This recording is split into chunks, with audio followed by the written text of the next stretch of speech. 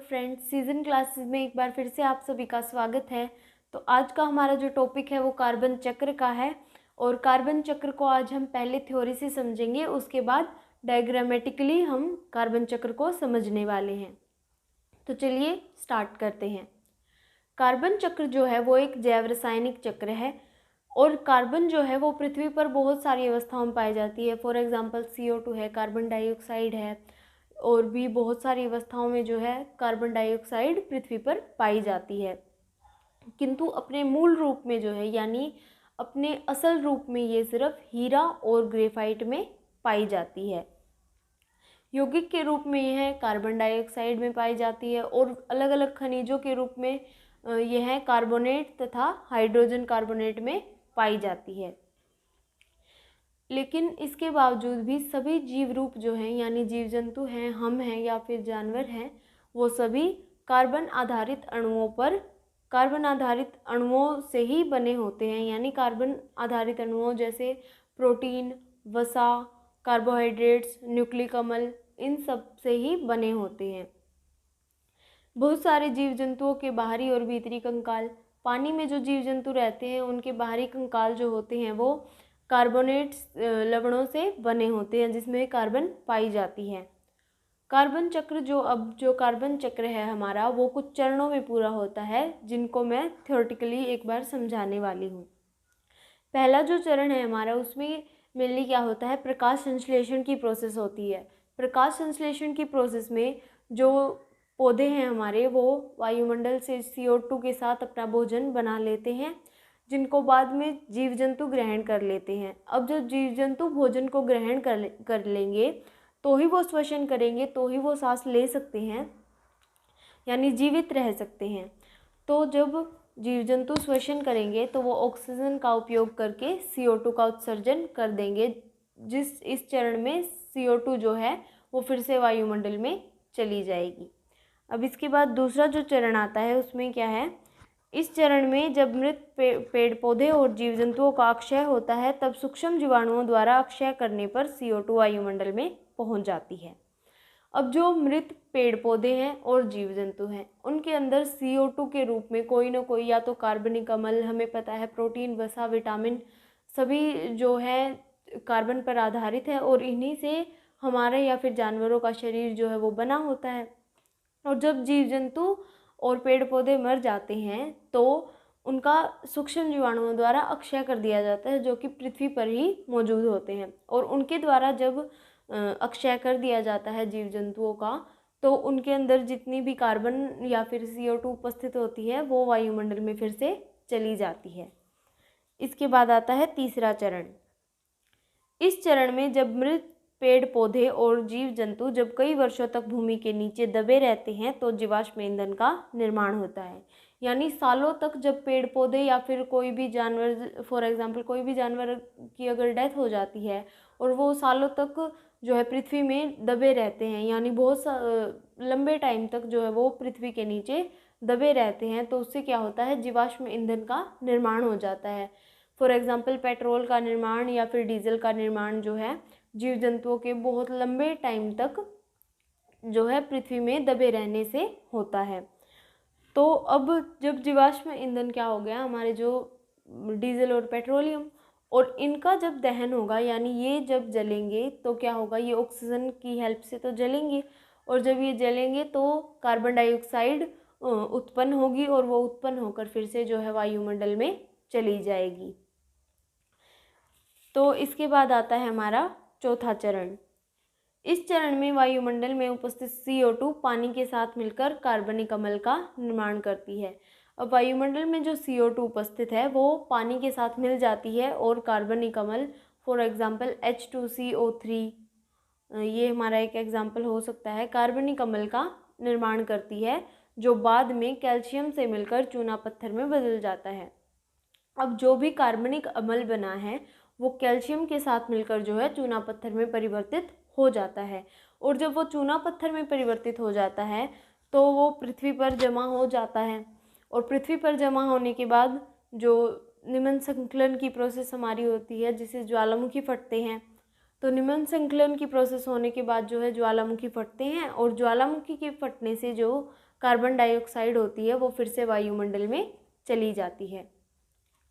तो इसको मैं एक बार फिर से बता देती हूँ। कार्बन जो है एक जैव रासायनिक चक्र है। वो अपने मूल रूप में हीरा और ग्रेफाइट में पाया जाता है। यौगिक रूप में यह जो है कार्बन डाइऑक्साइड में पाया जाता है। खनिजों के रूप में यह कार्बोनेट और हाइड्रोजन कार्बोनेट में पाया जाता है। और कार्बन चक्र जो है वो 4 चरणों में पूरा होता है।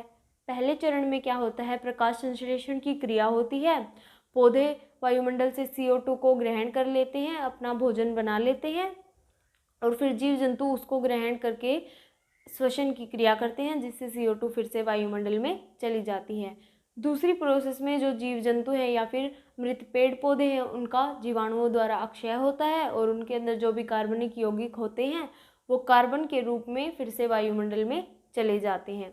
तीसरी प्रोसेस में जब लंबे टाइम तक जो जीव जंतु और पेड़ पौधे हैं वो पृथ्वी में दबे रहते हैं और उनके पृथ्वी में दबे रहने के कारण जो है जीवाश्म ईंधन यानी कोयला और पेट्रोलियम का निर्माण हो जाता है और उनके दहन के फलस्वरूप ही जो है CO2 फिर से उत्पन्न होती है और वायुमंडल में चली जाती है।